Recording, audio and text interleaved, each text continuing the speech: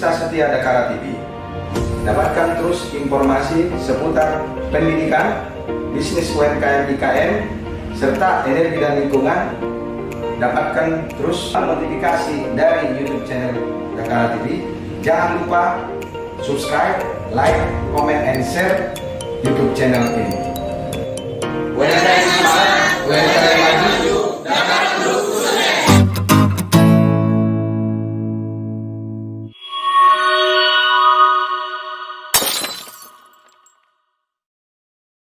Setia Dakara TV. Dapatkan terus informasi seputar pendidikan, bisnis UMKM IKN, serta energi dan lingkungan. Dapatkan bongkar pemulihan ekonomi skala keluarga pasca pandemi. Terima kasih Bang Sofyan. Ya, sama Bang Eko Romli boleh Bang?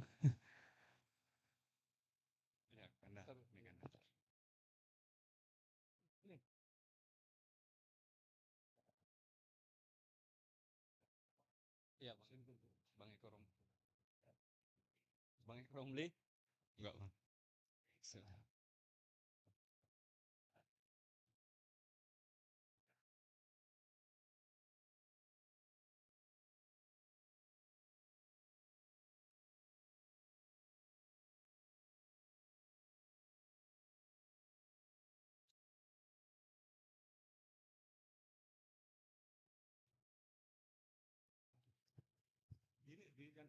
Iya Bang, udah Bang tadi Bang. Udah. Tadi kan udah saya ini Bang, saya memberi masukan awal Bang bahwa ekonomi itu kan asas ilmu tentang asas produksi, distribusi dan penyaluran barang-barang serta harta kekayaan, dan keluarga sendiri itu kan tonggak utama ya Bang untuk berbicara mengenai kesehatan ekonomi. Gak usah bicara-bicara bangsa dan negara dulu, ya minimal keluarga dulu nih Bang. Ya kan Bang?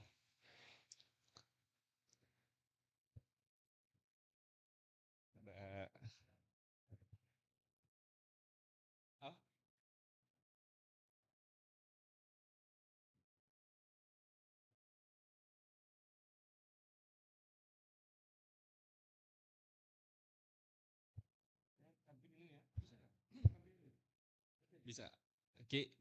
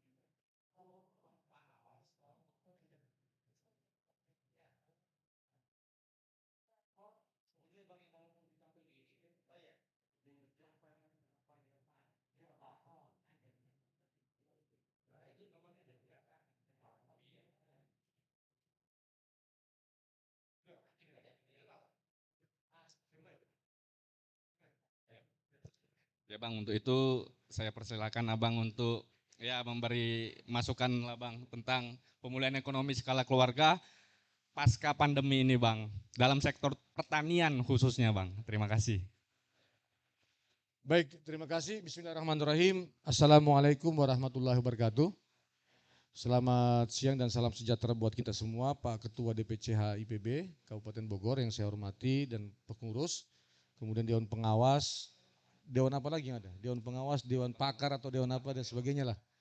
Serta para peserta raker DPCH IPB Kabupaten Bogor yang berbahagia. Pertama-tama saya mengucapkan banyak terima kasih karena diberikan kesempatan untuk berbagi pesan dan informasi ya dari kami terkait dengan isu pemulihan ekonomi ya berbasis keluarga pasca COVID-19. Mengapa saya katakan ini penting ya dan digagas oleh teman-teman yang DPC penting karena yang pertama konstelasi perekonomian kita kalau kita belajar dari COVID-19 kemarin yang salah satu bagian dari disrupsi ya. Jadi 3 mega disrupsi itu yang pertama adalah perubahan iklim, yang kedua adalah revolusi industri 4.0 dan yang ketiga adalah COVID-19. Maka COVID-19 ini adalah sesuatu yang semua orang baru belajar bagaimana menanganinya. Kalau revolusi industri 4.0 saya kira kita perlu menengok beberapa negara-negara yang sudah melampaui Indonesia. Tetapi COVID ini adalah satu fenomena yang semua orang belajar, tidak mengenal dia negara maju atau negara dunia ketiga, jadi semua. Nah, tapi ada pesan yang kemudian menarik di balik COVID-19 itu, yaitu angka pertumbuhan ekonomi Indonesia itu dikontribusikan positif oleh sektor pertanian. Ini yang pertama yang ingin saya sampaikan bahwa ini sangat luar biasa sekali kalau kita mempraksiskan dalam agenda program kerja. Ya. Yang kedua, yang ingin saya sampaikan juga adalah sepanjang 3 tahun terakhir ini saya dan kawan-kawan di IPB ya melalui dulu PSP3 Pusat Studi Pembangunan Pertanian dan Pedesaan IPB serta sekarang di LPPM IPB University ini mengembangkan satu inovasi untuk menerjemahkan bagaimana ketidakpastian harus dijawab dengan angka-angka yang pasti. Jadi kalau ketidakpastian kemudian dijawab dengan fundamental data yang amburadul, maka perencanaan untuk menangani dan merespon apa yang saya sampaikan tadi itu tidak akan mungkin bisa berhasil. Nah untuk itu 3 tahun terakhir ya kami mengembangkan satu inovasi yang kami sebut data presisi. Nah di dalam 3 tahun terakhir ini hal yang menarik saya sudah sajikan tulisan saya di Kompas ya tentang COVID-19, ketimpangan, kemiskinan dan pengangguran di pedesaan. Dari analisis data yang saya peroleh, ya, saya ingin melakukan cek faktor-faktor yang menentukan pertumbuhan ekonomi. Jadi ada beberapa faktor-faktor yang menentukan pertumbuhan ekonomi itu barang modal, kemudian teknologi, tenaga kerja, sumber daya alam, manajemen, kewirausahaan dan informasi. Nah, bagaimana kondisinya di Indonesia di era pandemi? Tadi saya katakan bahwa meskipun faktor-faktor yang menentukan pertumbuhan ekonomi kita di aspek sumber daya manusianya agak lemah karena hampir dapat kita katakan mereka yang bekerja di sektor pertanian itu adalah bukan angka usia produktif, tetapi yang bekerja di sektor pertanian itu adalah angka usia non produktif yang berusia di atas 45 tahun. Ya. Jadi bayangkan yang melakukan tenaga kerja, ya, melakukan aspek produktivitas di pertanian di desa itu adalah mereka yang tua. Yang muda kemana? Yang muda menjadi buruh, ya, buruh industri. Nah ini dilematis sebenarnya. Tetapi kalau kita tidak mau menggarap dengan baik, ya faktor sumber daya manusianya yaitu pemudanya ini akan menjadi problem kita di kedepan hari. Nah sehingga yang menjadi catatan penting adalah bagaimana memanfaatkan mereka untuk merespon sebenarnya pasca COVID-19 di mana angka pengangguran dan angka kemiskinan itu cukup tinggi. Saya mencatat ya di dalam data kami menyebutkan pengangguran di pedesaan yang didominasi oleh angka usia produktif itu adalah 15,07 sampai 20,7%. Ini menjadi problematik menurut saya. Jadi kalau kita tidak merespon pengangguran ini, di mana pengangguran ini adalah bagian penting di dalam mendorong pertumbuhan ekonomi, maka bisa jadi catatan COVID yang memberikan andil terhadap pertumbuhan ekonomi itu sektor pertanian akan kolaps nantinya. Nah, Kalau data yang saya sebutkan tadi, yang menariknya adalah usia muda ya eh, di di desa ya terhadap populasi jumlah jiwa yang ada itu berkisar antara 25 sampai 35%. Jadi sepertiga populasi yang ada di desa-desa Indonesia itu adalah pemuda. Ya. Nah, kalau ini kemudian tidak di maintenance dengan baik, maka bonus demografi itu adalah merupakan ancaman, bukan peluang bagi kita. Nah, disinilah titik kritikal menurut saya, tematik bahwa bagaimana mengembalikan basis pertanian keluarga itu menjadi penting. Ini satu, ya, yang ingin saya sampaikan. Nah, hal yang kedua, ketika kita mengembangkan data desa presisi, karena basis data kita adalah numerik yang berasal dari pendekatan sensus dan spasial yang menunjukkan posisi orang miskin di desa, ya, dan posisi apa saja yang ada di desa. Yang menariknya adalah saya tidak menduga ternyata ketika COVID berlangsung, ya, di mana pertumbuhan ekonomi kita melambat naiknya, ya, dan banyak terjadi pengangguran, tetapi uang yang beredar di desa-desa itu untuk desa-desa Jawa itu 4 sampai 5 M per bulan. Untuk membelanjakan 45 kebutuhan pokok yang dikonsumsi oleh masyarakat. Bayangkan, 4 sampai 5 M per bulan, ya. Di mana pengeluaran itu memenuhi kebutuhan dasar. Berarti apa kebutuhan dasar? Beras, sayur-sayuran, ya, tempe misalnya, kemudian ikan dan sebagainya. Ada 45 inventarisasi kita. Di Jawa itu 4 sampai 5 M, uang yang berputar per bulannya. Nah, di luar Jawa itu berkisar antara 3 sampai 300 juta sampai 3 M, tergantung jumlah atau populasi manusianya di dalam. Pertanyaannya kemudian adalah dari mana barang atau kebutuhan pokok ini kemudian diproduksi? Itu bukan dari dalam desa, itu dari luar desa. Jadi cost-nya menjadi mahal, ya, biaya pangannya menjadi mahal karena satu, selain faktor supply chain-nya kemudian yang panjang, ketidaksiapan distribusi dan logistik kita. Nah, saya membayangkan kalau seandainya DPC, ya, HIPB Kabupaten Bogor ini bisa membangun satu siklus komunitas bisnis yang kemudian satu mempersiapkan logistik dan kemudian memperkuat distribusi dan memenuhi, ya, tidak perlu kemudian 400 sekian desa yang ada di Bogor. Cukup kemudian 10%-nya saja. Maka kita akan kemudian bisa memperlihatkan bagaimana kontribusi, ya, pangan, ya, terkait dengan dinamika pertumbuhan ekonomi yang ada di Kabupaten Bogor. Nah, dalam konteks itu juga kita bisa kemudian mendrive informasi berapa kemudian pemuda yang bisa terlibat, ya, di dalam sektor pertanian tersebut. Nah, ini sangat kemudian penting kita pelajari dan penting kita actionkan di lapangan karena hampir dikata, ya, saya menginventarisasi kemarin 35 komoditi yang juga dikonsumsi oleh kita itu bersumber dari impor.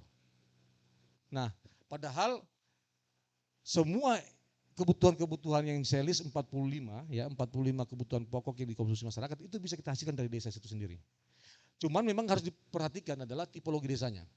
Karena desa-desa di Kabupaten Bogor inilah desa-desa yang cukup bervariasi. Ada desa yang penghasil beras, ada desa yang penghasil buah-buahan dan seterusnya. Nah, dalam konteks ini maka kerjasama antar desa menjadi penting. Tetapi sekali lagi saya sampaikan bahwa inventarisasi, ya, kebutuhan itu menjadi penting sebagai bagian penting untuk melakukan produksi. Nah, kelemahan kita adalah, ya, menerjemahkan konsumsi, ya, permintaan, ya, demand yang dibutuhkan untuk kebutuhan makanan pokok itu tidak pernah kemudian diterjemahkan dalam hal produksi atau supply. Dari mana sumbernya? Nah, sehingga putaran-putaran bahan makanan kita itu adalah biasanya dihasilkan oleh desa, kemudian dijual di luar desa, ya. Petani yang menghasilkan juga bahan makanan pokok itu membeli dari pasar. Nah, ini menjadi problem sehingga tadi saya katakan program ke depan yang penting untuk dilakukan oleh DPC itu adalah bagaimana menginisiasi ya aktivitas yang real, ya, menjawab kebutuhan tadi, uang yang berputar 3 sampai 5 M tadi di desa-desa itu untuk kita create. Tidak perlu kemudian banyak-banyak misalnya semua kebutuhan itu kita ambil, 10% saja per bulannya misalnya. Kalau satu desa kita rawat untuk kebutuhan suplai pangannya misalnya, kebutuhan pokoknya itu sangat luar biasa sekali. Nah ini hal yang ketiga yang saya sampaikan kepada teman-teman sekalian. Yang keempat, di era COVID ini sebenarnya juga yang menjadi problematik kita itu adalah angka kemiskinan ekstrim. Ya. Saya kemarin agak kurang bersepakat dengan teman-teman Kabupaten Bogor yang mengatakan bahwa kita tidak memiliki angka kemiskinan ekstrim. Tidak. Data saya menyebutkan, ya ini membanding 3 wilayah, sebenarnya 3 wilayah, pulau berdasarkan pulau, ada Pulau Jawa, ada Pulau Sumatera, dan ada Pulau Nusa Tenggara dan Bali. Saya memperlihatkan bahwa hampir semua di pulau-pulau tersebut dengan merujuk desa, karena basis data saya adalah desa, itu memiliki angka kemiskinan ekstrim. Kalau angka kemiskinan biasa itu sudah 2 digit, kemiskinan ekstrim 1 digit, tetapi ini menarik sebenarnya kita lihat. Di Cikarawang misalnya, sebagai basis informasi data desa presisi yang kami peroleh, itu ada 146 keluarga. Ya. Keluarga miskin ekstrim, berarti keluarga miskin ekstrim itu rata-rata pendapatannya menurut World Bank itu adalah di bawah 2 US dollar atau paling maksimal 1,9 US dollar dalam per hari, per jiwa. Itu ada 146 keluarga. Ya. Di Sibandang, Pulau Sumatera, tepatnya di Tapanuli Utara, ini desa enclave jauh dari kota, cukup tinggi 7,89% atau informasi yang kami terima dari populasi masyarakatnya sekitar 350 keluarga. Ya. Nah, cukup tinggi juga meskipun populasinya rendah ya dibandingkan dengan ini. Kemudian di Tegalalang Bali ini 1,59. Mengapa demikian lebih rendah? Karena sisa-sisa tabungan ya yang diperoleh sebelum pandemi ya oleh masyarakat itu masih bisa mengantarkan mereka untuk membelanjakan penghasilannya atau tabungannya untuk kebutuhan produksi. Nah, ini bisa kita sajikan. Contoh kasus ini adalah next, ini bisa kita lihat. Ini sebaran keluarga, ya sebaran keluarga miskin yang ekstrim maupun yang tidak ekstrim dan tidak miskin. Nah, data kami bisa menunjukkan sampai sejauh ini. Jadi kita bisa menunjukkan bagaimana kondisi kemiskinan ekstrim basis keluarga. Nah, semua kalau kita recheck datanya ini menunjukkan mereka adalah petani penggarap. Ya, petani penggarap. Yang kemampuan menggarapnya itu adalah 0,5 hektar ke bawah. Nah, data ini kemudian lanjut lihat slide halaman berapa ini? Halaman 20 coba lihat. Slide halaman 20. Next. Terus. Ini nanti dilihat aja nih. Ya. Nah, data kami menyebutkan ya kalau informasi yang ada di halaman 26. 26. Terus. Oke, halaman 26. Nah, data kami menyebutkan bahwa problem kemiskinan di desa, mengapa masih angka 2 digit persentasinya dan terdapat kemiskinan ekstrim di desa, itu karena tadi komoditas ya yang dibudidayakan oleh petani itu sangat beragam. Di Cikarawang misalnya, ini sampel aja saya sampaikan karena ini harus berbasis data yang kuat. Dari 285 hektar luas desanya, itu 40%-nya tepatnya 100,23 hektar itu ditanami pertanian. Tetapi dari 100,23 hektar itu ada 23 jenis tanaman komoditas pertanian. Artinya apa? Secara skala ekonomi ya, ini tidak kemudian menguntungkan bagi petani-petani kita. Nah, hasil analisis data saya, ubi saja misalnya, ubi itu supply chain-nya ya, keuntungan diperoleh dari middle pemain tengah itu 90% dari produksi. Misalnya diproduksi, ditanam, kemudian dihasilkan oleh petani, harganya 600 ya. Kemudian dijual ke konsumen itu bisa menjadi 4.200 misalnya per kilo. Itu 90% yang loss. Nah, indikasi ini menunjukkan bahwa petani tidak akan pernah sejahtera mendapatkan keuntungan lebih kalau seandainya fragmentasi komoditi itu terjadi. Ini kan kalau kita lihat sebaran spasialnya ini kan 23 jenis komoditi pangan ini karena tidak ada yang kelola, tidak ada yang organisir. Makanya rekomendasi kami sebenarnya kalau ingin menyelesaikan kemiskinan tadi, ya, yang dialami petani, maka lakukan dua hal. Yang pertama adalah konsolidasi lahan. Jadi kalau bisa nanti saya mengajak ke teman-teman DPC kita berkolaborasi dengan LPPM. Kita lakukan konsolidasi lahan. Apa gunanya konsolidasi lahan? Supaya skala ekonominya mencukupi. Ya. Mas Iyum misalnya sebagai off taker misalnya kan, pasti kan inginnya Mas Iyum itu adalah kualitas, kuantitas, dan kontinuitas. Nah bagaimana mungkin kemudian kualitas, kuantitas, dan kontinuitas itu berlangsung kalau kemudian petani hanya memiliki 3.000 meter persegi untuk diproduksi? Nggak akan mungkin. Nah sehingga land konsolidasi menjadi penting. Sebelum ini coba lihat, sebelum ini. Dua sebelum ini. Ya terus. Nah ini. Oke, sorry. Di bawah. Oke, ini. Nah bayangkan kita memiliki 100, itu 100,23 hektar, ya, kurang lebih 40% lahan pertanian itu terfragmentasi per individu-individu itu. Mana mungkin kemudian mereka berhasil kemudian naik kelas artinya meninggalkan kemiskinan kalau kemudian fragmentasi lahan itu sangat terlihat dan minim dalam pengorganisasiannya. Nah, idealnya secara teori mereka yang kemudian bisa sejahtera itu adalah yang mampu untuk mengelola lahan pertanian 2 hektar. Tapi di mana sih 2 hektar itu susah sekali. Ya. Namun yang menjadi penting, yang catatan penting saya adalah fragmentasi ini sebenarnya jangan membuat ya para pemain middleman ya pemain dalam pangan itu dominan di dalamnya. Nah sehingga proses konsolidasi itu menjadi penting agar petani ya hubnya adalah teman-teman DPC misalnya. DPC HIPB Kabupaten Bogor ini untuk nyambung kepada off taker. Nah kalau ini tidak terjadi maka tadi persoalan kesejahteraan dan satu lagi ada teori mengatakan kemiskinan ekstrem itu nanti ya bukan lagi golongan tua tapi golongan muda yang populasinya tadi saya katakan 35% yang ada di desa itu adalah calon-calon kemiskinan ekstrem nanti itu problematiknya. Nah kalau ini kita tidak konsolidasi akan berbahaya. Yang kedua, konsolidasi komoditi. Jadi jangan sampai kemudian satu desa itu varian komoditi yang ditanam oleh petani itu banyak. Enggak akan bisa kemudian sejahtera petani itu. Atau keluarga petani kita enggak akan mungkin sejahtera. Nah sehingga yang perlu dilakukan adalah commodity consolidation. Jadi komoditi-komoditi yang ditanam itu harus kemudian tepat dengan agroekologi yang ada di desa. Dan juga yang sesuai dengan off taker. Nah, saya belajar dari Iyung ini sebenarnya Mas Iyung.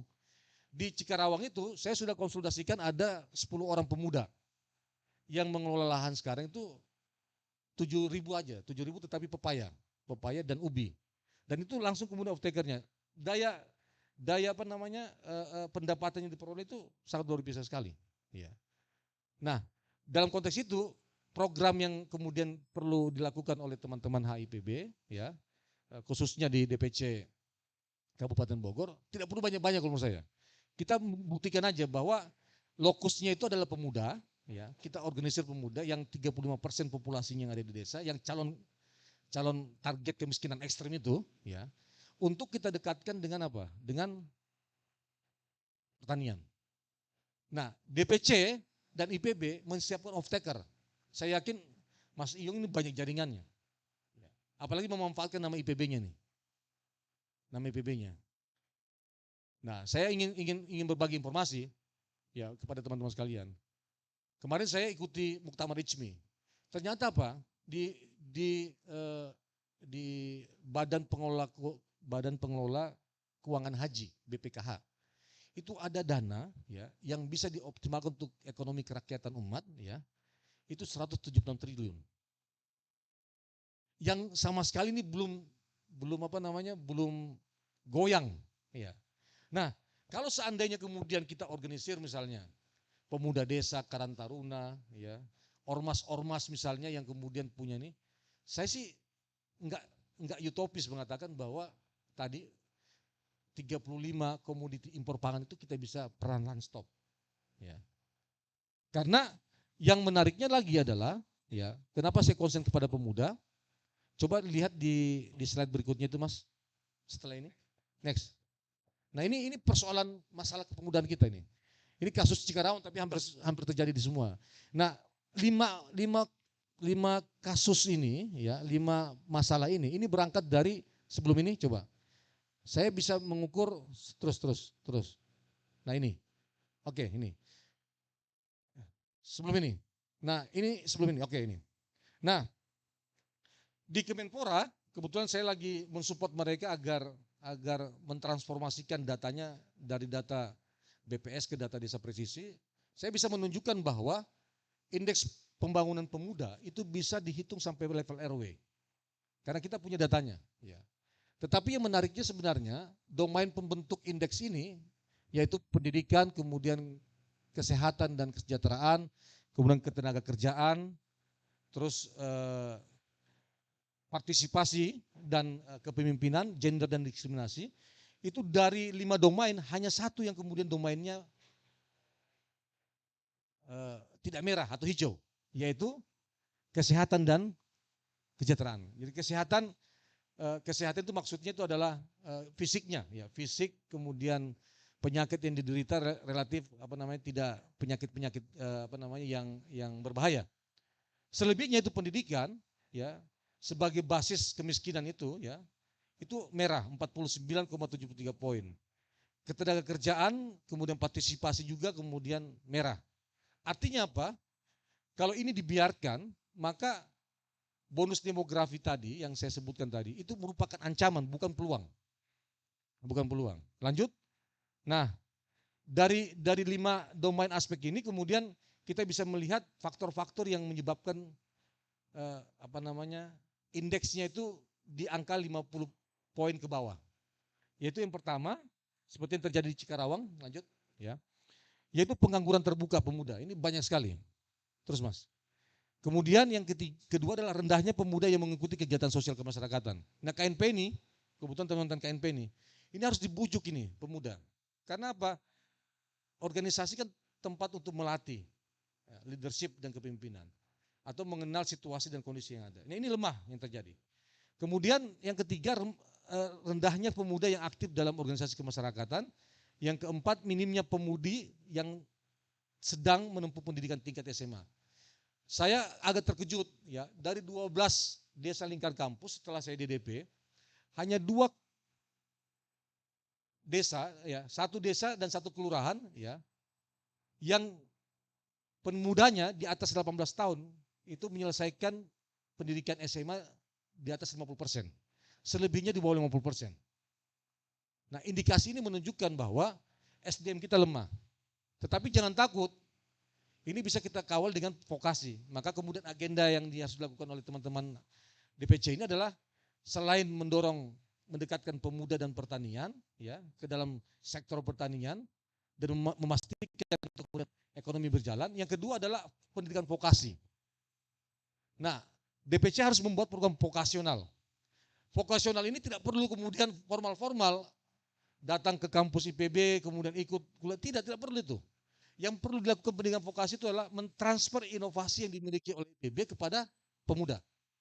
Dan itu mudah, saya sudah lakukan. Contoh ini contohnya coba terus ya. Next. Nah, ini contohnya. Untuk membuat kompos saja, ya, composting yang bahan bakunya dari rumput, dari segala rumput yang ada di sekitar kita, itu bisa dikelola sebenarnya menjadi kompos. Nah, prasyarat kompos itu cuma 1, mikrobiologinya. Nah, ini mereka sudah membuat mikrobiologi nih, mikroorganisme lokal yang ada di Cikarawang.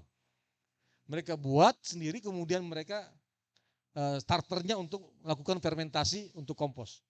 Ini bisa dilakukan. Nah, IPB punya ratusan bahkan ribuan inovasi sebenarnya. Untuk itu DPC, hemat saya, programnya adalah buat pendidikan vokasi. Kita bisa bekerja sama. Kebetulan saya lagi melakukan riset tentang sekolah vokasi desa. Ya, sekolah vokasi desa itu sekolah yang ditujukan untuk pemuda-pemudi desa. Ya, karena saya ingin menjawab tantangan jangan sampai bonus demografi itu adalah ancaman, bukan peluang.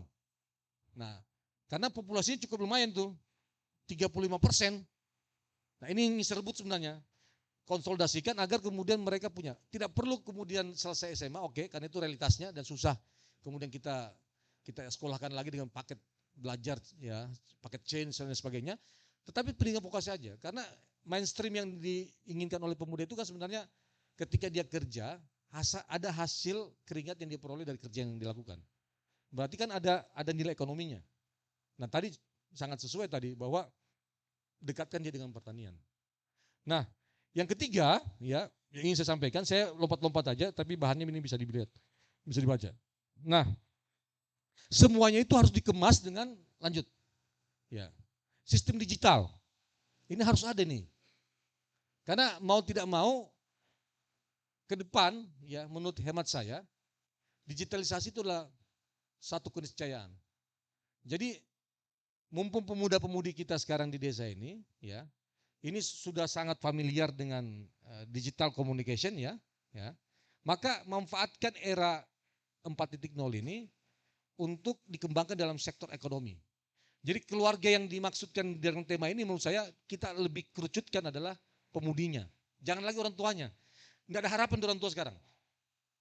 Harus kemudian kita organisir itu adalah pemudanya, pemudinya, anak-anaknya itu.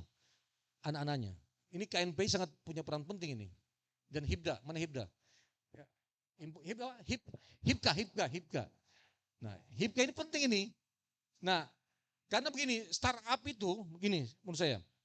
Kalau kita punya startup pada level kecamatan saja misalnya, itu tidak berdaya itu startup yang ada sekarang. Enggak berdaya. Kenapa? Karena saya bisa tunjukkan, saya punya basis data. Coba lanjut, lihat di halaman berapa ini? Ada nggak di situ ya? Di halaman, entar. Halaman, 28. Halaman 28. Nah ini, bayangkan, ini saya punya data ini. Data ini saya ambil datanya dari Cilongong, tapi data 12 lingkar kampus saya sudah punya. Angka perputaran uang di desa ini kan 3,9 untuk memenuhi 45 kebutuhan pokok. Saya membayangkan kalau seandainya kita punya jejaring startup misalnya yang mengcovering untuk 5-10 komoditi saja, tapi cakupannya kecamatan, bayangkan satu kecamatan berapa desa di Bogor itu? 10. Nggak usah kemudian 3 miliar lah kita ambil, terlalu tinggi lah. Ambil 10%-nya saja dari 3M, 300 kan? Kalikan 10 berapa? Sudah 3M. Per bulan itu. Per bulan uang yang berputar. Itu baru kemudian dasarnya, potensialnya kan 3M misalnya. Nah kalau kita punya startup, ya startup bangunkan aja sistem kemitraannya misalnya, sistemnya ya, digitalisasinya. Itu sudah sangat luar biasa. Nah yang kita hanya perkuat adalah logistiknya saja. Karena pertanian ini kan sangat sensitif terhadap perubahan terhadap produk yang dihasilkan itu. Nah, sehingga sistem logistik dan distribusinya menjadi penting.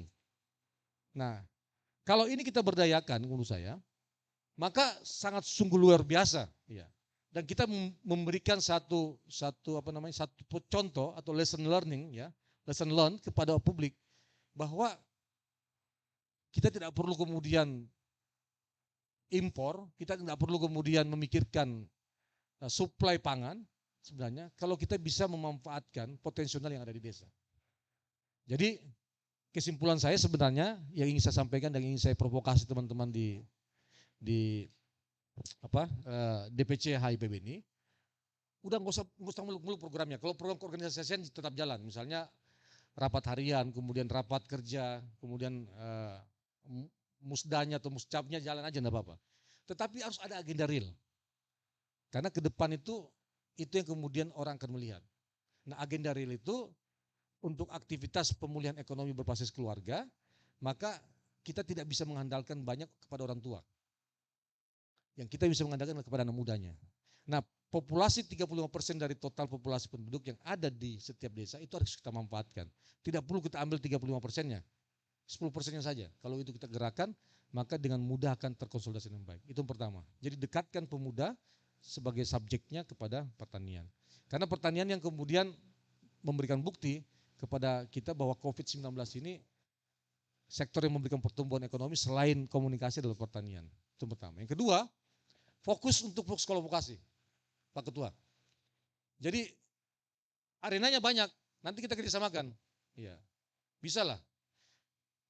LPPM bisa kita kemudian dorong untuk bekerjasama dengan teman-teman. Nah, mumpung saya juga lagi fokus ke situ, maka paling tidak ayo kita sama-sama.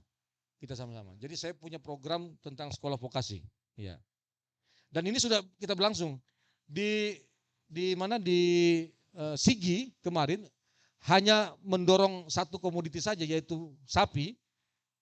Selama lebaran uang yang berputar itu 35 M untuk memenuhi daratan Sulawesi Tengah. Bayangkan. Jadi ini potensial. Jadi satu pintu pengorganisasian ekonominya itu bisa kemudian mengcovering kebutuhan yang ada di kelompok tersebut. Nah, yang ketiga ya, yang ingin saya sampaikan kepada Bapak Ibu sekalian, teman-teman sekalian, digital. Jadi kita bisa saja nanti mencoba untuk membuat startup pada level kecamatan. Untuk memenuhi apa? Memenuhi yang ini saja nih. Ambil 10%-nya saja, tinggal kita pilih tuh. Mau kita pilih beras atau kemudian sayuran atau apapun. Ya. Sebab ini tidak hanya data di lingkupan RW-nya saja, data sampai individu. Saya punya data sampai level keluarga. Jadi keluarga ini titik koordinatnya ini namanya siapa, ini kebutuhan konsumsinya. Saya punya. Nah, kalau 3 poin ini mau digerakkan oleh teman-teman DPC, saya pikir ini potensial. Karena mau tidak mau ke depan keniscayaan pemuda menjadi bagian penting yang harus kemudian kita garap. Kemudian pendidikan ya sebagai peningkatan skill juga adalah salah satu kewajiban yang kita harus dorong ya. Karena dengan pendidikanlah kemudian kemiskinan, pengangguran itu bisa teratasi. Dan ketiga adalah keniscayaan digital 4.0 ini. Kalau kita lari dari situ kemudian konvensional sekarang nggak akan mungkin. Kita tidak akan pernah kemudian mampu untuk bersaing dengan yang lain. Saya kira ini pengantar dari saya, bahan ini bisa diambil oleh panitia, dibaca-baca, mudah-mudahan ini bisa bermanfaat bagi kita semua. Wassalamualaikum warahmatullahi wabarakatuh.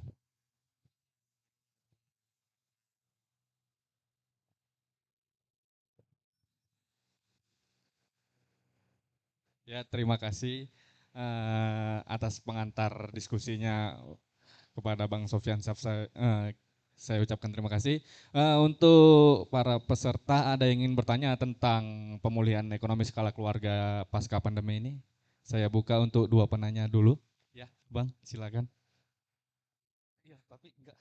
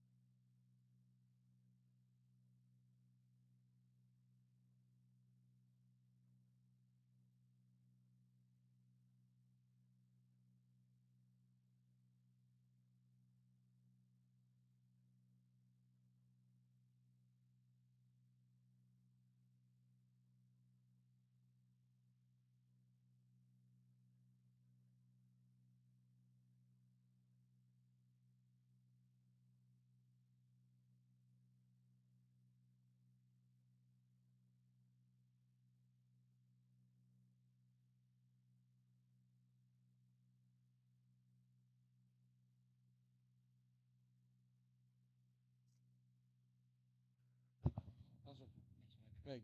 Yang tadi pengorganisasian tanah bengkok sama band ya udah itu LPPM juga itu. Ya. Ya jadi kita sudah sadar.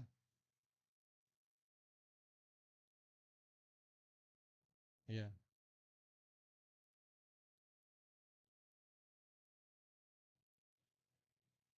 ya betul. Sudah cocok itu. Ya. Jadi adalah hadirnya IPB karena itu memang yang saya dorong si BEM. Jadi maksud saya begini, itu oke kita jalankan aja. Nah tinggal kita dorong HIPB, DPC ini kita konkret aja sebenarnya. Karena arena pembelajarannya manfaatkan aja Cikarawang itu, Kebun Merdesa. Itu manfaatkan aja itu posko kita bersama itu bisa kita lakukan itu. Jadi insya Allah di tahun 2022 saya memang memplotkan itu. Dari beberapa program kepemudaan ya dengan pertanian dalam rangka untuk mengantisipasi kemiskinan ekstrim itu. Jadi insya Allah kita coba dorong ke situ dan ini sudah siap Karang Tarunanya, mungkin kan cakupan Kabupaten Bogor itu kan besar ya. Jadi kita exercise dulu 2-3 kecamatan lah. Pilot project di Kecamatan Darmaga karena dekat kampus kan. Ya betul juga, jangan sampai kemudian IPB tidak punya andil besar terkait dengan hal ini. Nah saya kira itu nanti kita coba dorong diskusinya di Kebun Merdesa ya. Dan identifikasi data untuk 12 lingkar kampus di Kecamatan Darmaga itu kita sudah miliki. Jadi tinggal gampang kita lakukan. Saya menyambut respon positif dari Pak Ketua Karang Taruna ini. Ya. Oke, KNPI, sorry. KNPI, ya sorry. Sekian demikian, ya.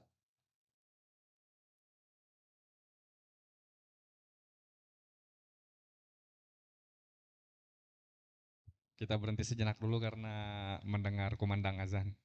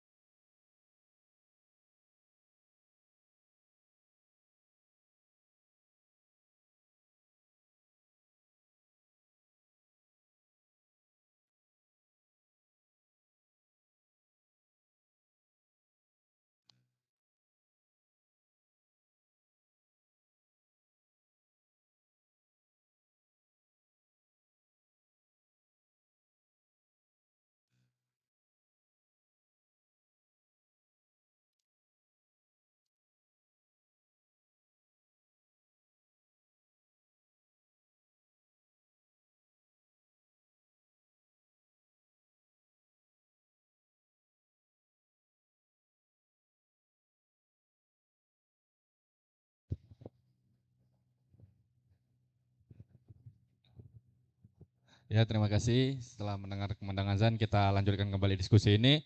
Tadi kritik dari Bang Akbar KNPB Kabupaten Bogor bahwa KNPI telah melakukan kejar paket dalam sektor pendidikan di desa-desa khususnya di Dramaga dan sudah melakukan penjualan berbasis digital dalam menjual komoditas begitu ya Bang, komoditas yang dilakukan di Desa Dramaga dan kritik terhadap alumni IPB dari teman-teman KNPI Kabupaten Bogor bahwa kenapa belum ada pemuda yang sukses dalam sektor pertanian khususnya di Desa Dramaga dan sudah dijawab oleh Bang Sofyan Syaf bahwa LPPM telah melakukan juga di desa khususnya di daerah Dramaga dan DPCHA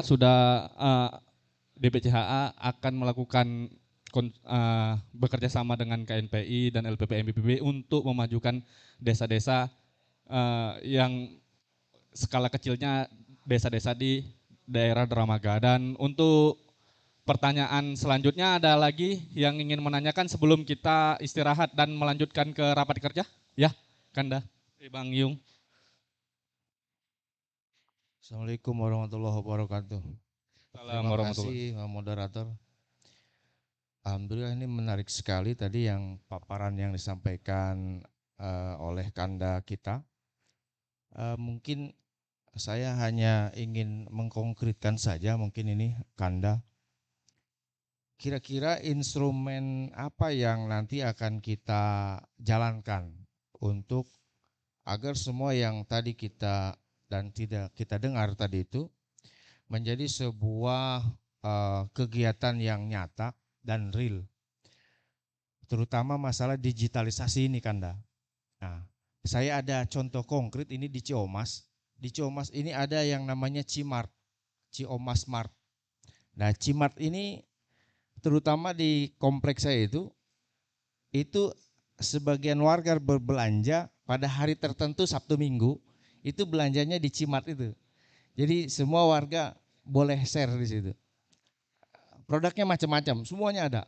Ada beras, ada sembako, ada semua. Nah, cuman memang kalau saya pribadi karena lulusan kehutanan, saya nggak paham digital gitu kan. Mungkin nanti LPPM, HA bisa memfasilitasi itu. Dan itu dia ada ininya, ada iurannya. Jadi setiap produk yang laku terjual itu ada potongannya gitu untuk adminnya. Dan ini yang mengantarkan ini pemuda-pemuda pakai motor itu. Jadi pengantaran itu khusus di hari Sabtu. Nah, mungkin ini saya pengen bimbingannya ini, model-model programnya ini. Saya jujur aja nggak paham orang kehutanan. Jadi kita minta bantu nanti dari LPPM dan HA, Pak Ketua, bisa Kanda Eko juga. Seperti apa ini kan kecemasan kita nih mulai masalah halal-halal ini, label-label halal udah ramai nih UMKM kan. Mungkin bisa dipadukan lah. Jadi mungkin itu Kanda. Kita pingin dikonkretkan ini seperti apa, insya Allah kita siap lah. Nanti Pak Ketua di DPC bisa bergerak. Assalamualaikum warahmatullahi wabarakatuh. Ya, tadi Bang. Baik, Mas Yung, jadi saya sepakat kalau kita mau konkretkan segera aja. Jadi kalau terkait dengan bagaimana membangun aplikasinya, udahlah itu tugas IPB itu. Saya mengaplikasikan semua ide dan gagasan itu ada timnya, itu sudah siap itu. Ya. Jadi saya kira itu hal yang tidak terlalu sulit. Nah, yang sulitnya adalah berbagi peran ini. Nah, sekarang apa yang mengerjakan? Siapa yang mengerjakan apa? Itu menjadi penting itu. Nah, bagi saya, makanya tadi saya tawarkan 3 ya. 3 kita coba dorong focusing empowerment kita itu adalah ke pemudanya. Jadi teman-teman KNPI dan Karang Taruna kita organisir ini. Penting ini untuk HA ya, DPC HA Kabupaten Bogor. Yang kedua, ya memang kita harus memperkuat basis komoditi pertaniannya apa. Kalau tadi Mas Iyong tadi mengatakan ini sudah ada contoh kasus di mana di Ciomas ya. Sebenarnya bagaimana digitasi publik lah, kemudian orang masuk menawarkan semua produknya, kemudian saling tawar menawar. Itu kan sebenarnya basis culture yang ada di masyarakat kita sebenarnya. Jadi mereka menawarkan barangnya saling membantu kan, saling membantu, kemudian ada kena biaya kas, biaya untuk kemudian operasionalisasi forum tersebut. Nah, saya kira bisa dilakukan itu. Jadi kita tinggal digitalisasikan, kemudian setiap orang bisa mengupload komoditi-komoditinya kan. Nah, itu salah satu upaya. Mungkin ada upaya lain lagi. Nah, nanti upaya-upaya lain itu akan berkembang ketika ada dialog, ada diskusi dalam arena pembelajaran vokasi. Jadi saya mempersiapkan ini. Kalau teman-teman mau kita edukasi pertaniannya, edukasi pendidikan vokasional tentang misalnya bagaimana menanam pepaya yang baik, kemudian bagaimana kemudian merawat bibitnya dan sebagainya, pemupukannya dan sebagainya, maka kita perlu mendirikan itu. Kurikulumnya kami sudah siapkan. Nanti fokusnya di ini aja, di belakang kampus depan ATP ada kebun berdesa, di situ aja sudah ada surau situ, tempat diskusi, tempat kemudian kita kongko-kongko. Nanti saya datangkan dosennya, ahli pepaya saya datangkan, ahli ubi saya datangkan, nanti off-takernya kita datangkan juga, sehingga transaksi tanam dan pembelinya sudah ada MOU di depannya, sudah ada kesepakatan di antara dua belah pihak. Juga kalau kita ingin menjustifikasinya dengan tingkat kehalalannya, ya kita optimalkan Kang Eko ini, ya Eko Romli yang kemudian MUI-nya bisa main gitu, di situ.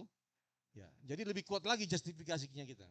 Nah, saya kira ini sangat memungkinkan lah, sangat mungkin kita lakukan.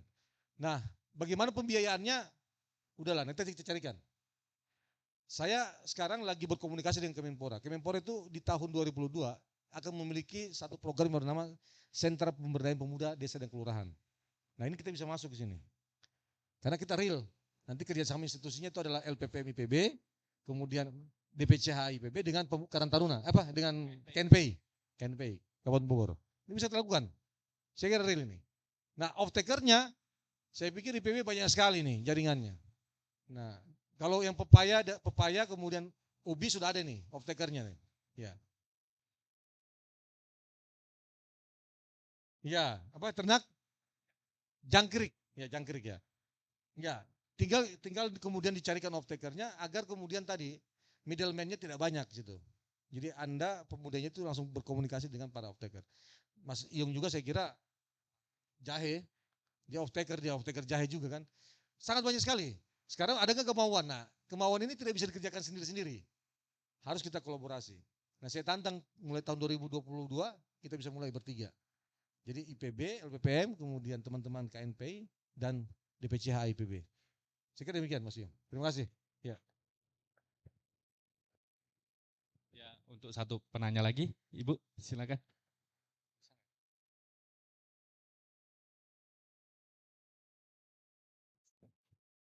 Terima kasih. Saya mau menambahkan saja untuk programnya DPC Kabupaten Bogor juga kaitannya dengan konektivitas dengan LPPM ya Pak.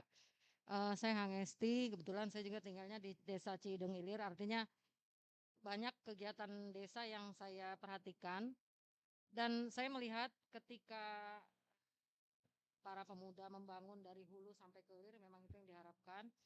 Terutama untuk menuju ke startup itu memang yang menjadi fokus adalah dari hulu karena kebanyakan orang tuh ngerjain hilir dan market gitu. Nah jadi alangkah baiknya kalau memang kita punya 40 di Kabupaten Bogor ada 40 kecamatan, 439 desa yang luar biasa, mulai dari di ujung udik sana sampai urban, sampai yang dekat dengan ibu kota. Itu banyak sekali yang bisa kita garap dan saya melihat salah satu dari tahapan proses tadi itu ada produk yang ketika era digital, era pandemi ini biasa dijual online.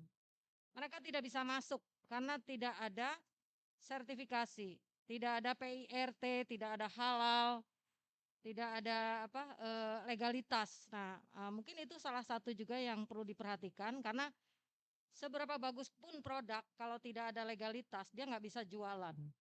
Gitu. Apalagi dengan adanya tadi chip, Omas, Smart dan lain-lain. Jadi saya pikir itu juga menjadi hal yang sangat penting karena kan kalau hanya dijual di satu daerah saja itu karena memang mungkin karena kepercayaan. Tapi kan Kabupaten Bogor ini luas sekali. Kita punya 5,8 juta masyarakat di Kabupaten Bogor yang membutuhkan tadi asupan pangan dan gizi yang memang kalau seandainya bisa menjadi agropolitan di masing-masing desa itu kan sangat luar biasa.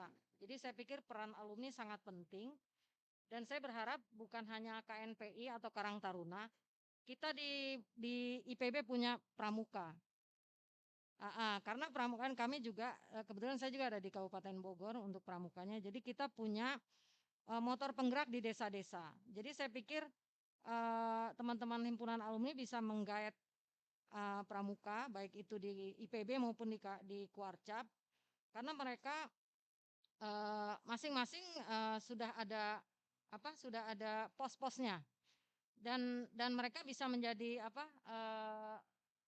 yang memberikan informasi kepada kita karena mereka sudah sangat paham untuk menggerakkan masyarakat khususnya pemuda. Jadi saya pikir kolaborasi dengan para pemuda dari berbagai lini itu penting. Apalagi juga di IPB alumni pramukanya juga banyak dan mereka tersebar di mana-mana ya. Kita buat saja misalkan di beberapa desa atau kecamatan yang menjadi lokus, yang menjadi fokus terkait dengan kemampuan apa yang bisa diproduksi di Kabupaten Bogor. Mungkin itu Pak. Oh ya, 10 tahun yang lalu, 10 atau 15 tahun yang lalu, LPPM IPB itu mensupport untuk sertifikasi, untuk PIRT maupun halal. Jadi semoga dengan adanya program LPPM nanti bisa bersinergi dengan masyarakat yang membutuhkan itu. Karena kalau kita mengandalkan dinas kesehatan, Pak, sulit, maupun kementerian dinas industri itu sangat minim. Sementara yang mereka butuhkan itu. Jadi nggak cuma di Ciamas Mart, mereka bisa langsung masuk Shopee, Lazada dan lain-lain gitu. Jadi itu merupakan hal yang sangat penting. Mungkin itu yang bisa saya tambahkan. Terima kasih. Ya, terima kasih Ibu. Jadi eh, gini Bang, eh, bagaimana cara alternatifnya, bagaimana cara alternatif untuk menjual komoditas-komoditas pertanian sehingga tidak terhalangi legalitas yang diatur oleh pemerintah. Karena seberapa bagus produk, tidak dapat menjual produknya kalau misalnya legalitasnya kurang lengkap nih Bang. Dahulu kata 10 tahun yang lalu LPPM telah melakukan sertifikasi ya Bu ya. Sertifikasi untuk memudahkan masyarakat-masyarakat untuk mencapai legalitas itu. Jadi menurut Abang bagaimana alternatifnya Bang untuk menjual produknya sehingga tidak terhalangi legalitas-legalitas? Baik, terima kasih. Jadi Bu, saya sepakat tadi ya, kolaborasi menjadi penting. Jadi kita berbagi peran. Teman-teman KNP nanti organisir Karang Taruna, KNP, Pramuka ya, sebagai subject to developnya kita ya. Kemudian yang kedua nanti teman-teman DPC ya mencoba join off taker kan, cari network off taker. Nah, saya sepakat dengan Ibu tadi mengatakan bahwa para startup ini kan mainnya di hilir ya. Sebenarnya tidak jauh berbeda dengan para tengkulak-tengkulak konvensional sebenarnya. Nah kita ganti itu sebenarnya. Jadi kita harusnya startup itu diproduksi itu harus kuat juga. Nah karena teman-teman pemuda tadi itu sudah punya potensial untuk kita garap, ya kita berdayakan, maka saya pikir faktor produksi menjadi tidak masalah lagi. Tinggal kita mau konsen kemana komoditinya. Tidak perlu banyak-banyak kalau menurut saya. Paling maksimal 5, maksimal itu 5. Karena tidak juga kalau kita tidak kemudian merawatnya dengan baik 5 itu juga problem. Kita milihlah 5 komoditi, apakah itu dia jahe, tetapi prasyarat 3K-nya harus terpenuhi. Kontinuitas, kualitas dan kuantitas. Jadi dia berlanjut, ya. Kalau dibutuhkan off taker selalu ada, yang kualitas yang diinginkan juga oke. Kemudian kuantitas jumlahnya. Nah dalam konteks itu maka aktivitas produksi menjadi penting kan. Nah bagaimana mendorong supaya skillnya bertambah itu tugas kami LPPM. Nah dalam konteks itu juga memastikan bagaimana sertifikasi, bukan sertifikasi lah, apa namanya, administrasi terkait dengan legalitas ya, itu nanti kita support. Jadi berbagi peran itu menjadi penting karena itu indah ya. Dan kalau itu kemudian hadir, saya kira kita menjawab satu problem yang orang pikirkan sebentar ini belum pernah kemudian terbangun dengan baik, yaitu tadi bagaimana faktor produksi dan kebutuhan yang dihasilkan oleh desa menjadi penting. Saya membayangkan aja sederhana, kalau dari 3 miliar itu kita ambil 10% saja, putarannya 300 juta per bulan ya, per desa. Kalau kita punya 5 desa yang kita berdayakan berarti kurang lebih berapa itu? 300 kali 5, 1,5 M per tahun per bulan. Itu sudah sangat luar biasa saya kira. Omset yang sangat besar. Dan disinilah kemudian HIPB, ya, dalam hal ini DPC Kabupaten Bogor membuktikan bahwa potensi besar itu harus dijawab dengan cara apa? Berkolaborasi, berjamaah.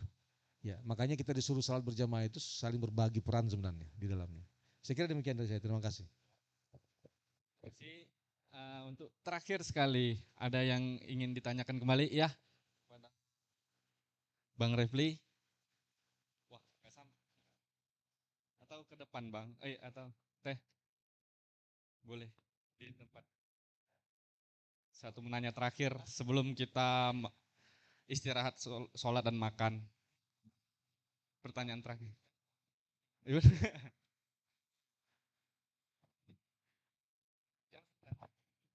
Assalamualaikum warahmatullahi wabarakatuh.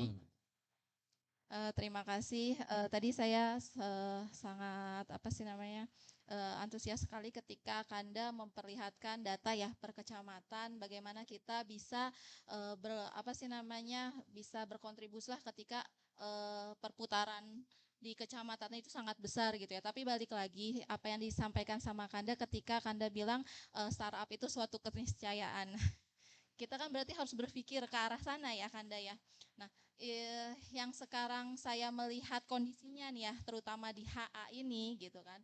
Nah, tadi Kanda mungkin bisa apa sih namanya nanti disiapkan didistribusikan mengenai ahli apa sih namanya produk apa saja. Nah, tapi mungkin kita juga minta bantuannya mungkin ya Pak Ketua untuk ahli komputernya Kanda gitu. Karena untuk startup itu saya saja pribadi ketika membangun startup yang kelas perusahaan gitu ya sangat besar sekali biayanya. Apa sih namanya akan lebih baik kan kita punya lulusan-lulusan yang terbaik juga dong di bidang tersebut itu bisa didistribusikan juga ke HA ya Pak ya. Jadi kita tuh komplit gitu, paket komplit di HA itu produksinya ada, startupnya ada gitu. Kita sih itu aja mungkin ya masukan dari saya ya. Kasih Kanda. Jadi Bang, kata Yunda Rahma tadi kalau iya, bahwa bisa nggak untuk LPPM menyediakan ahli komputer untuk kita bisa melakukan startup di komoditas-komoditas pertanian untuk menjual komoditas pertanian yang dilakukan pemuda-pemuda desa. Terima kasih. Ya, insya Allah. Ya, selama ini juga saya kan membangun aplikasi-aplikasi itu disupport oleh mahasiswa Ilkom IPB. Ya, juga mahasiswa-mahasiswa vokasi sebenarnya. Jadi kita punya program namanya mahasiswa mengabdi. Nah, mahasiswa mengabdi itu klaster aktivitasnya banyak sekali. Salah satunya adalah tadi bagaimana implementasi pengetahuan dimiliki oleh mahasiswa ke dalam kebutuhan warga sebenarnya, kebutuhan masyarakat. Insya Allah nanti disiapkan dan itu ditanggung oleh LPPM. Ya, ada posnya lah, ada posnya mahasiswa tersebut. Ya. Jadi bisa kita lakukan lah, ya bisa kita lakukan. Nah makanya saya mengajak ini, saya punya program mahasiswa mengabdi dan saya punya program dosen mengabdi sebenarnya. Jadi nanti teman-teman tadi saya fokuskan lah di IPB kita coba garap tahun 2020 lebih konkret HIPB, DPC Kabupaten Bogor, kemudian teman-teman KNPI dan pemuda ya dan BPM untuk mengoptimalkan pembiayaan itu. Saya minta kemarin Pak Rektor 2 kali lipat dana pengabdian pada masyarakat harus dinaikkan gitu loh. Nah ini bisa kita dorong lah, insya Allah. Ya. Saya support dan saya sih mengatakan tadi kayak yang diminta oleh Ibu Negara tadi, Ibu Negara tadi minta bahwa ada ilkomnya, bisa. Saya programmer di tempat saya itu ada 4 orang sekarang, 4 orang. Jadi 2 yang sudah master dan 2 yang masih menyelesaikan. Dan mereka bekerjasama untuk membuat apa? Program kemitraan 4.0 itu program blockchain sebenarnya. Jadi monitoring bagaimana mulai dari input komoditi sampai kemudian keluar komoditi itu dari petani itu terkawal dengan baik. Itu dibuat oleh mereka. Dan ya tentunya saya support dari mana dari riset-riset saya dan dari IPB. Ya, ada dana IPB yang kemudian pemberdayaan dibuatkan demikian. Nah, saya membayangkan itu bisa kita lakukan. Sangat mungkin kita lakukan. Jadi tugas dan peran saya lah kemudian mengawal itu untuk kita buktikan. Karena contoh-contoh itu harus kita wujudkan supaya orang tidak kemudian mengatakan seperti tadi, ini IPB Dermaga itu hanya 1-2 kilometer dari IPB. Tapi kok kemudian bukti-bukti konkret ya belum ada. Kan ini nggak enak juga didengar ini. Nah, ayo kita akhiri kritik itu menjadi jawaban atas keinginan dari teman-teman pemuda kan? Ya, saya kira demikian. Terima kasih. Terima kasih Bang. Kita sudahi diskusi publik mengenai pemulihan ekonomi skala keluarga pasca pandemi dalam sektor pertanian di Kabupaten Bogor. Nah, sedikit kesimpulan, maka pada pasca pandemi Indonesia mengalami positif pertumbuhan ekonominya sebesar 7,7%, khususnya pada sektor pertanian. Faktor-faktor yang mempengaruhi pertumbuhan ekonomi adalah barang modal, teknologi, tenaga kerja, sumber daya alam, manajemen keuangan, dan informasi. Namun sedihnya kemiskinan ekstrim terancam bermulai di desa. Problem kemiskinan di desa mencapai 2 digit.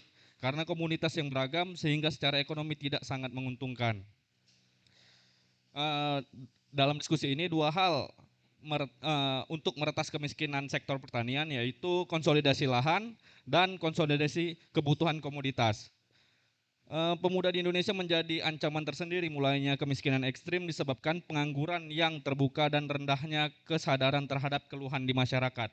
Maka ini menjadi salah satu program penting DPCH IPB Kabupaten Bogor untuk mengajak masyarakat pemuda mengenal inovasi yang dicetuskan Institut Pertanian Bogor.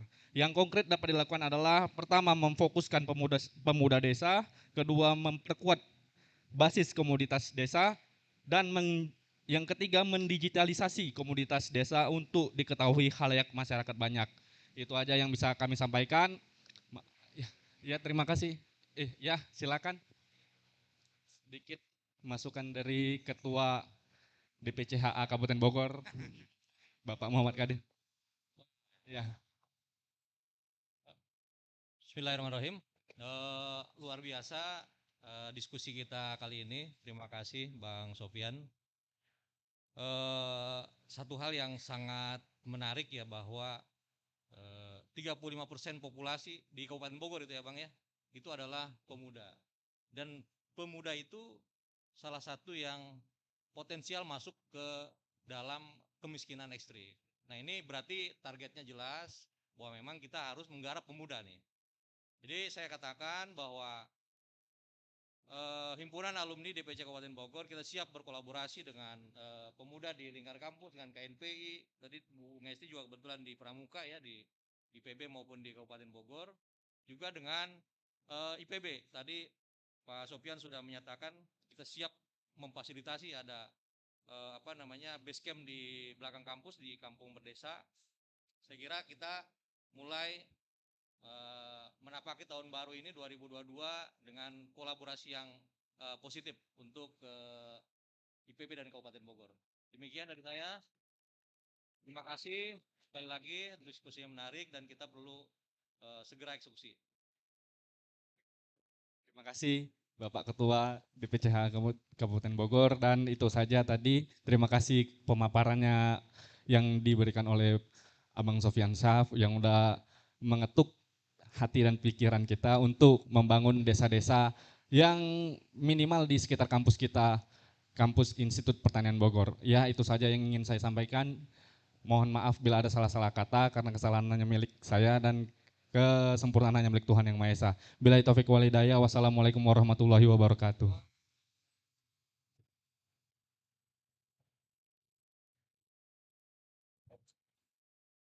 Informasi seputar pendidikan, bisnis UMKM IKN, serta energi dan lingkungan, dapatkan terus notifikasi dari YouTube channel Kakara TV.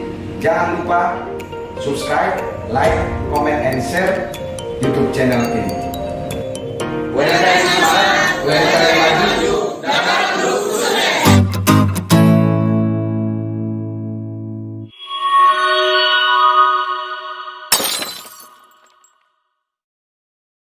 Setia Dakar